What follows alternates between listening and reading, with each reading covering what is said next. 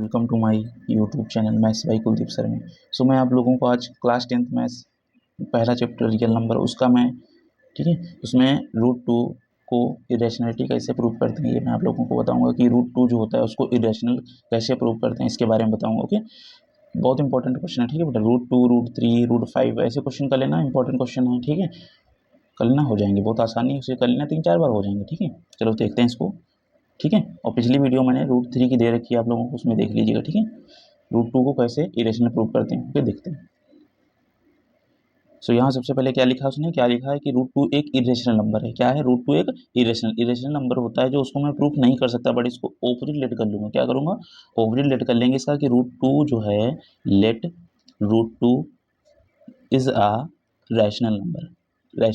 याद रखना क्या है, अगर यहाँ पे दे रखा है कि रूट टू एक क्या है, इरेशनल नंबर है, तो इसको ऑपोजिट लेट कर रहे हैं कि इसका हम लेट कर लेते हैं कि रूट टू जो है रैशनल नंबर है, लेट कर लेते हैं। ठीक है, रैशनल नंबर। ठीक है ओके, उसके बाद क्या करेंगे, और जो रूट टू होता है, मान लिया क्लास 9th में आप लोगों को बताया था गया था कि जो रैशनल नंबर्स होते हैं, यहाँ पे लिख लेंगे कि जो रैशनल नंबर्स होते हैं, रैशनल नंबर होते हैं उनको पी बाई क्यू के फॉर्म में लिख सकते थे, नहीं लिख सकते थे, ये बताया था नहीं। 9th क्लास में आप लोगों ने सीखा होगा। ठीक है, उसमें जो रैशनल नंबर होता था उसको पी बाई क्यू के फॉर्म में लिख सकते थे। ठीक है, तो यहाँ पे अगर ये रूट टू एक रैशनल नंबर हो गया तो इसको मैं पी बाई क्यू के फॉर्म में लिख सकता हूँ। ठीक है, equal to P by Q. ठीक है, ये हो गया। उसके बाद मैं आप लोगों को बताता हूँ, यहाँ पे लिखेंगे वेयर जैसे जैसे लिखवा रहा हूँ बेटा वैसे लिखना। ठीक है, वेयर पी एंड क्यू, ये जो पी और क्यू हैं ये आर को प्राइम क्या है, को प्राइम क्या है, पी एंड क्यू आर को प्राइम। जब यहाँ पे पी और क्यू है ये को प्राइम, जबकि यहाँ पे जो क्यू होता है ये जीरो नहीं होता बेटा कभी, ये जो क्यू होता है ये कभी जीरो नहीं होता। Okay, where P and Q are coprime Q जबकि जीरो नहीं होता है। ओके, और यहाँ पे एक चीज और लिख ले, इन जो रैशनल नंबर होता है उसका कोई फैक्टर नहीं होता है। ठीक है, ये नंबर और ये नंबर दोनों अलग अलग होते हैं, ये नंबर अलग अलग होते हैं। यहाँ पे लिख लेना थोड़ा सा और, they have no common factor, no common factor. ठीक है, ये लिख लेना, they have no common factor. ठीक है, जो रैशनल नंबर होता है उसका कोई कॉमन फैक्टर नहीं होता है। ठीक है, जैसे समझते हैं, ये मेरे को समझ नहीं आ रहा तो देखो यहाँ पे, इससे मैंने लिया 3 5 ले लिया, तो पी अपॉन क्यू के फॉर्म में है, ये बताओ नहीं है बेटा, ये पी अपॉन क्यू के फॉर्म में, ये लिखना नहीं है, नोट कर लिए। ठीक है, ये ऐसे बता रहा हूँ, समझा रहा हूँ। ठीक है, तरीके से कि इसका मतलब क्या होता है।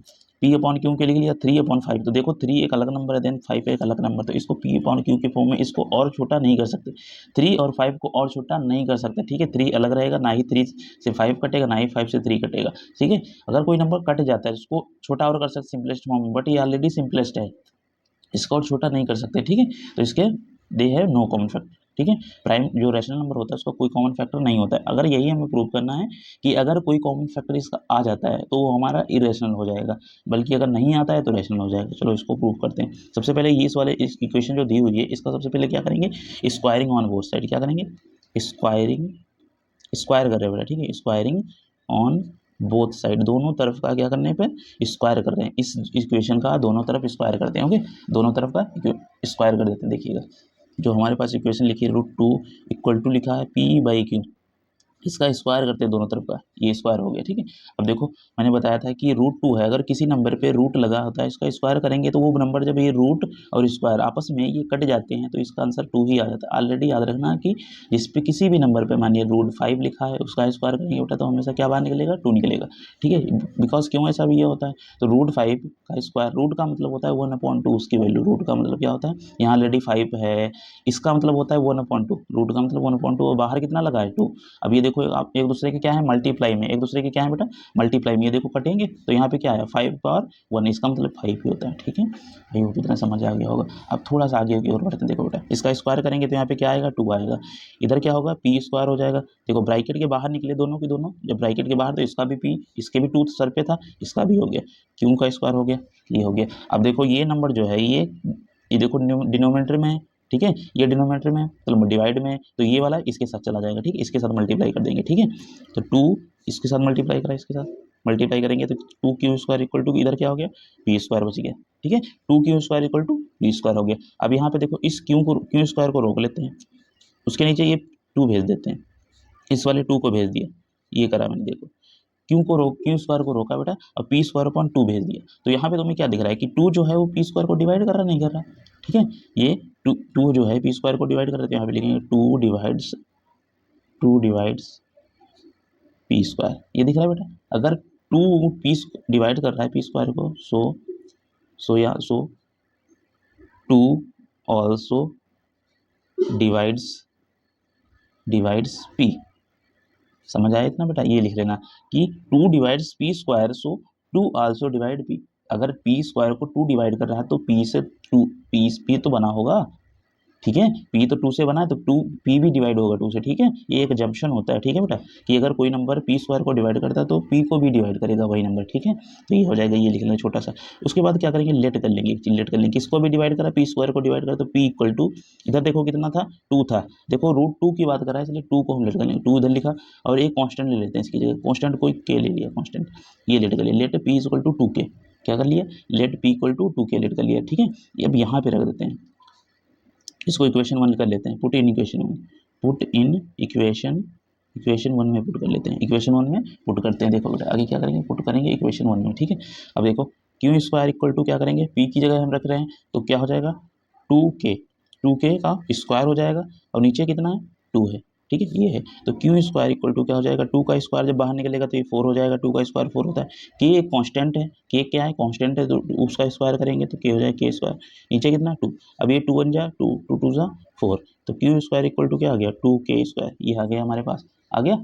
उसके बाद क्या करेंगे, इस 2 को देखो इसके नीचे भेज देता हूँ, 2 को क्या है, देखो ये मल्टीप्लाई में इसलिए डिवाइड में चला जाएगा, ये देखो नीचे आ गया 2 इक्वल टू, इधर क्या हो जाएगा, के स्क्वायर हो गया, ये हो गया। अभी देखो यहाँ पे क्या रखा है कि क्यू स्क्वायर को कौन डिवाइड कर रहा है, 2 डिवाइड कर रहा है, क्यू स्क्वायर को कौन डिवाइड कर रहा है बेटा, 2 डिवाइड कर रहा है, तो यहाँ पे लिखेंगे 2 डिवाइड्स, जैसे ऊपर लिखा था 2 डिवाइड्स क्यू स्क्वायर, सो 2 डिवाइड्स आल्सो क्यू, ये लिख लेना बेटा कि 2 अगर डिवाइड्स कर रहा है क्यू स्क्वायर को, सो 2 डिवाइड्स आल्सो क्यू, ये लिख लेना, ठीक है। उसके बाद यहाँ पे सेम लेट वहाँ पे करे थे 2 के, तो यहाँ पे हम क्यू इक्वल टू क्यू को डिवाइड करें, इस बार क्यू ले लेंगे, तो यहाँ पे क्या ले लेंगे, 2 ले लेंगे, 2 तो ऑलरेडी हमारे पास रहेगा बिकॉज 2 को ही प्रूव करना था, 2 रहेगा, नेक्स्ट कॉन्स्टेंट एम ले लेते हैं, ये भी यहाँ पे एक नेक्स्ट कॉन्स्टेंट एम ले लिया। अब क्यू की जगह रख के देखते हैं, यहाँ पे रखेंगे क्यू, तो यहाँ पे 2m का स्क्वायर, नीचे कितना हो जाएगा 2 इक्वल टू यहाँ पे के स्क्वायर हो गया, ये भी देखो 2 मतलब ये देखो बेटा क्या हो जाएगा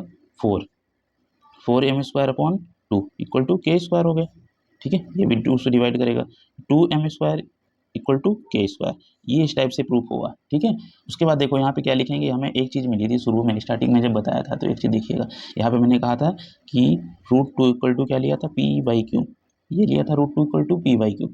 अब यहाँ पे देखो ब्रैकेट में लिखना पी बाई क्यू की वैल्यू हमारे पास कितनी है, पी की वैल्यू हमारे पास है 2 के, क्यू की वैल्यू कितनी है हमारे पास, क्यू की वैल्यू हमारे पास 2m है। अभी देखो यहाँ पे एक चीज़ देखो कि मैंने कहा था कि कोई कॉमन फैक्टर नहीं होगा, तो यहाँ पे देखो कॉमन फैक्टर मिल रहा है, ये देखो दोनों में कॉमन फैक्टर मिल रहा है, तो यहाँ पे लिखेंगे अगर कॉमन फैक्टर मिल रहा है तो दे हैव 2 कॉमन फैक्टर, जैसे लिखवा रहा हूँ वैसे लिख लेना, कॉमन फैक्टर, कितने कॉमन फैक्टर, 2 कॉमन फैक्टर हैं, ठीक है, कितने फैक्टर हैं, 2 कॉमन फैक्टर हो गए। So this is a contradiction, this is a contradiction, ये एक मानने का तरीका था, कॉन्ट्राडिक्शन ये लिख लेना बेटा, ठीक है, contradiction, hence root 2 is rational is wrong, ठीक है, रूट 2 जो था वो एक रेशनल नंबर नहीं है, rational number is wrong, number यहाँ पे लिख रहे हैं, रेशनल नंबर इज रॉन्ग, ठीक है। Therefore root 2 is a irrational number, irrational number. अब बेटा इसको 2-3 बार प्रैक्टिस कर लेना, बहुत आसानी से हो जाएगा आपका, ठीक है, 2-3 बार प्रैक्टिस करना, ओके। आई होप आप लोगों को समझ आ गया होगा बेटा, ठीक है।